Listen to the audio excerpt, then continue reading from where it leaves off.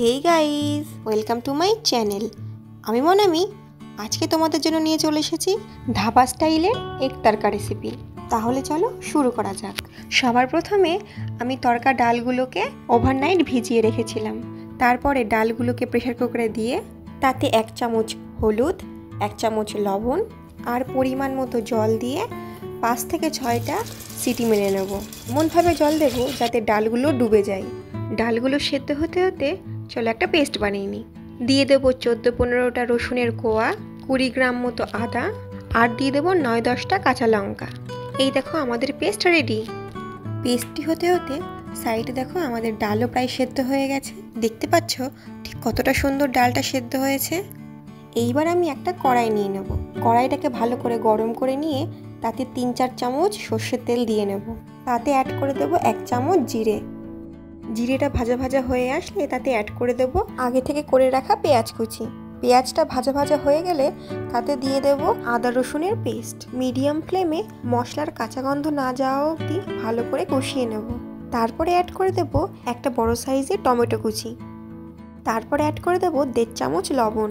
তারপরে 10 থেকে 15 মিনিট ভালো করে কষিয়ে নেব।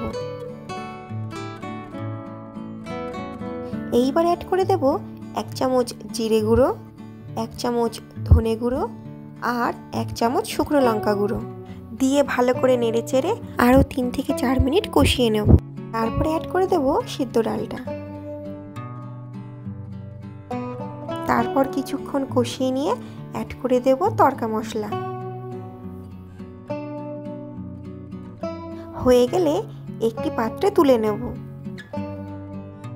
এইবার দোকানের স্টাইলে বানিয়ে নেওয়ার জন্য একটা কড়াইতে আমি 3 চামচ সাদা তেল দিয়ে তাতে একটা ছোট সাইজের পেঁয়াজকে কুচি করে দিয়ে দেব।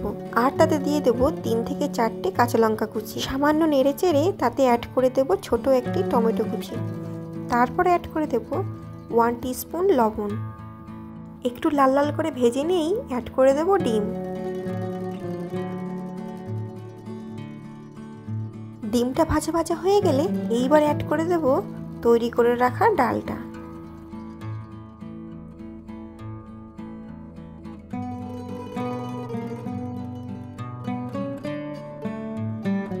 ডিমের সাথে ভালো করে ডালটাকে মিশিয়ে নিয়ে অ্যাড করে দেব 1 টিস্পুন তড়কা মশলা। এইবার দিয়ে দেব কাসুরি মেথি।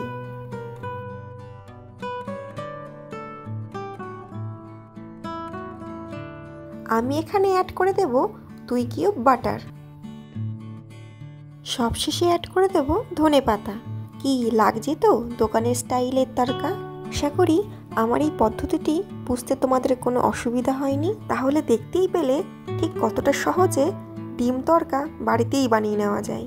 আর আমার এই ভিডিওটি ভালো লাগলে একটি লাইক করে দেবেন আর আমার চ্যানেলটিকে সাবস্ক্রাইব করে দেবেন। বাই।